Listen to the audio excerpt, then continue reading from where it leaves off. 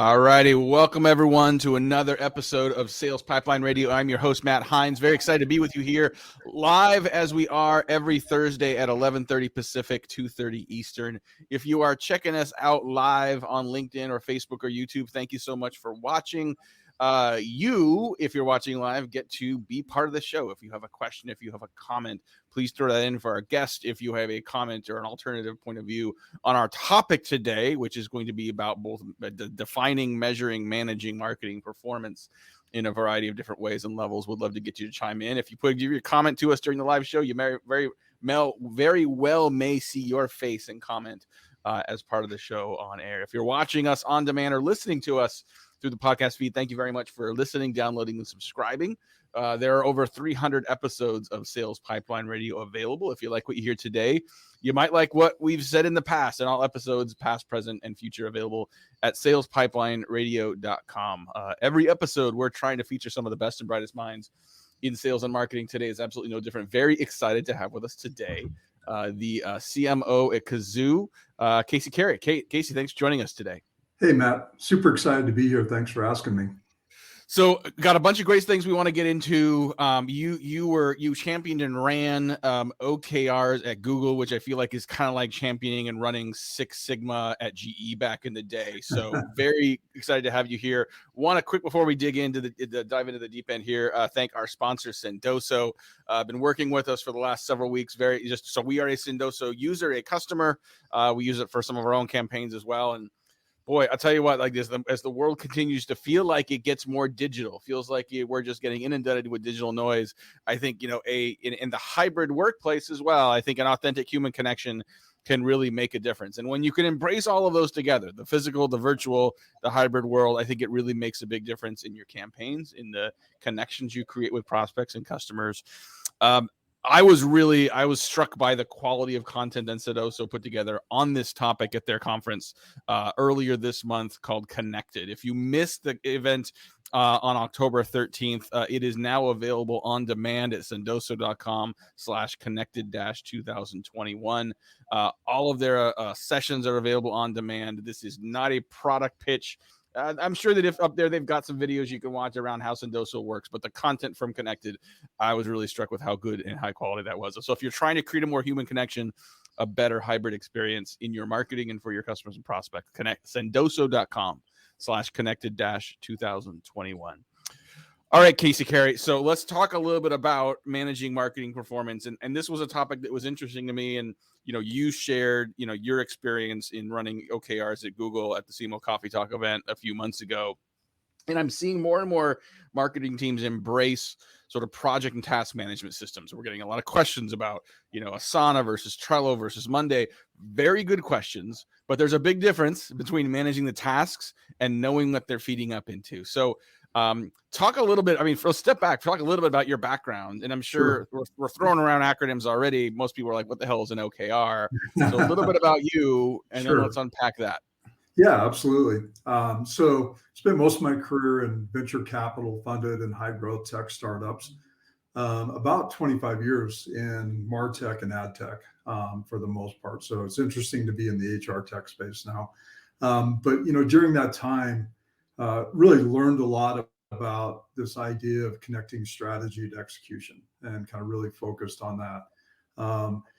And so had the opportunity to be at Google for 4.5 years. They're very OKR, objective key results based organization. And if you're not familiar with OKRs, it's a goal management approach. And you can debate which ones are best or which ones are worse or anything like that, but they're all kind of the same. And the idea is, we're going to establish what we want to achieve. We're going to put measures in place that tells us whether we achieved it or not.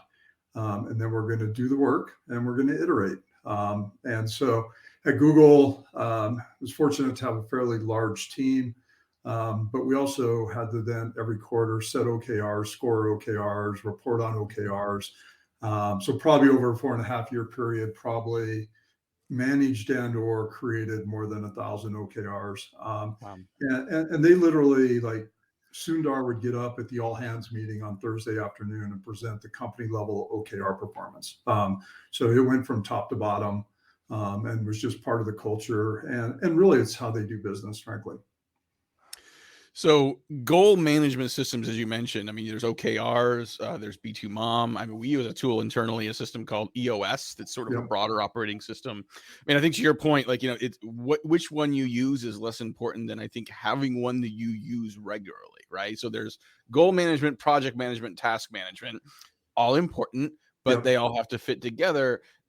So, is OKR something you have to implement at an organization level, or can you, depending on department, sort of implement something that works just departmentally to improve focus? Yeah. Yes, and I think is the Yeah. answer, right? So a lot of times OKRs or some other goal management system will be adopted within a team, right? So I'm a fan of OKRs. My team runs pretty tight OKR approach. Our entire organization does not, because at the executive level, we're not quite as committed or quite as excited about goal management and OKRs as I would like us to be. It's kind of within our org, it's kind of hit or miss, but often you'll have a senior executive who that's how they want to do business and they'll push it down into the organization. Other times it just may be teams who kind of pick it up as, yeah, this is part of our operating model, and we want to bring that to bear. Talking today on Sales Pipeline Radio with Casey Carey, who is the CMO, Chief Marketing Officer at Kazoo, but also a goal management specialist. Let's talk a little about creating goals. So I think a lot of people really are sort of, depending on the culture you're in, not really sure how to create a good goal. What is a good? How do you define a good goal? Yeah, that's a great question, right? So at the end of the day, and we'll use goal and objective interchangeably here. It should, at that level, it should be fairly strategic, right? Like the idea of doing this is actually connecting, the bigger strategy to the work that needs to be done, and your goals and your results kind of make that connection. It's that connective tissue. So you need a strategy, and frankly, if you don't have a strategy, I'm not sure why you're setting goals. So start there. The good news is a lot of times when you go through a goal process, you'll learn we've got gaps or issues with our strategy, so we can iterate back on our strategy as well. So there's a little bit of a loop back mechanism there. But at its core, if I'm setting an objective, I want it to be aspirational. I want it to be inspiring. I want it to be, it's got to be fairly simple. It's got to be in human language. It's got to, and I think one of the first principles of this is about transparency and having anyone in the organization understand what your top priorities are, right? So don't use acronyms, make it clear what it is, what you want to achieve. And I think a lot of people get in this trap of like, this is what we're going to do this quarter. In most cases, a goal is not quarter bound. One of the things we worked on at Google was, at one point they were way behind in mobile search. And so they set an OKR around becoming the choice for mobile search by consumers. That was a 4.5-year goal. And they are now, they've actually achieved it, but, so they set that goal out there, was super aspirational, aligned the organization behind it and went after it. So I think, when you're setting that goal, don't be afraid to give it a double shot of espresso. You want people to be excited about what they're doing and why. So when I think about a goal that is 4 to 5 years out, which is certainly, as you think about sort of the vision of where you want to go, I mean, ultimately, I think a lot of people sort of listening to this are sort of like, in the midst of their Thursday are like, I just need to know what to do next, right? I just want to know, like, I've got like a million emails, I've got a bunch of Slack DMs. I'm like, what do I do next, right? And so help people understand the cascade. So like a 4.5-year vision of where you want to go, do you go from sort of vision to goals to strategy to initiatives? Like, how do you land that plane? Yeah, so I would think about it as, what's our vision, like long term? What do we want to be when we grow up? Then you have a strategy, and usually strategy is 6 to 12 months. Like, as a company, here's the things we need to work on that are important to us to move towards that vision over that period of time, right? And I would say one of the things to keep in mind is everything changes all the time. This is a very dynamic and complex business and world that we live in. So, you have to be flexible. You have to be agile as you do this, and know that there's no reason to create a 3-year plan. Like most of us are creating 1-year plans with quarterly updates, right? And we're going on that cadence, right? So you've got that strategy. Now I'm going to set goals that actually align with that strategy. And once again, I said the goals may be, so one of my team's goals is we want to be the brand leader in employee experience platforms. We're not going to do that this quarter. We're not going to do it next quarter. We're probably not even going to do it in 2022, but we're going to work towards that over a longer period of time. So we align, we've got that goal now. We know how to measure that and kind of what we think those results are going to be, whether it's through brand clicks or it's a brand awareness study or other mechanisms we can use to measure our progress towards that. So we've got the measures, and now we start putting initiatives, which is I call work streams. They could be projects, programs, sprints, like whatever you want to use, but it's actually what's the work we're going to do that actually creates those measurable outcomes that we're after. Yep. And then you go from initiatives into that task list, right? Is there less stuff in between? So then you can say, okay, what are the tasks? What are the to-dos to help me get to to focus on those initiatives? Yeah. And I think that's where people struggle. They start kind of crossing the streams between an objective and results I want to achieve and the work that has to be done, right? And when you start making your objectives and key results, your task list, then you have to ask 2 questions. One is, how strategic is that? Are you actually accomplishing the strategic connection that you set off to do? But 2, why aren't you doing that someplace where you can manage your work and your projects? Like why are you duplicating that in kind of your goal efforts as well? And so I think like one of the things we've done, and I would encourage people to think about this, is historically goals have been contractual obligations. I'm going to sit down with you at the beginning of the quarter. We're going to define your goals. At the end of the quarter, we're going to review how you did. And there's a chance that that's going to impact your performance rating and maybe your compensation, right? So it was almost like a contractual obligation. One of the challenges with that approach is nobody's going to stretch. Everybody's going to be safe. So you really want to kind of disconnect the work that's being done from what you're actually setting out to achieve. And you want to talk about performance and compensation and career growth and promotions based on the work that's being done, as well as culture fit and a lot of other attributes, but separate that from the actual objectives that we're trying to achieve as a company. And it informs it, but it does not necessarily explicitly connect it. Got it. No, I love this progression, and thank you for helping outline, because I think it helps put tools like Monday and Asana and Trello in the right place. They could be most effective when it's not the tail wagging the dog and just throwing a bunch of shit in, and then it's figuring, okay, we're going to just get all these things done. This is not about getting more done. This is about getting the right things done. Exactly. And so your ability to triage what's in that list based on the focus initiatives, to hit the goals, to focus on the strategy and vision. I mean, that's kind of the mindset we want to look at. I know we've just got a couple more minutes left here with our guest, Casey Carey, talking about goal management and how that sort of gets down to what the hell we do every day.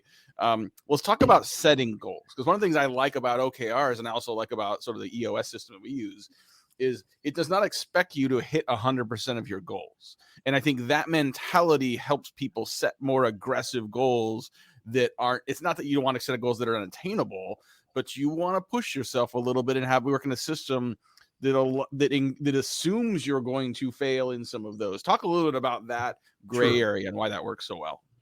Yeah, so there's a lot of studies that show that, not only teams that set goals, but teams that set stretch goals actually consistently outperform teams that don't by 20 to 30%. And it makes sense, right? So a big part of it, frankly, is culture, is creating a culture where we're going to stretch ourselves, but we're also going to be okay with not achieving what we said we would do, right? So if you end up in the 65 to 85%, that's a win. That's a green on the stoplight.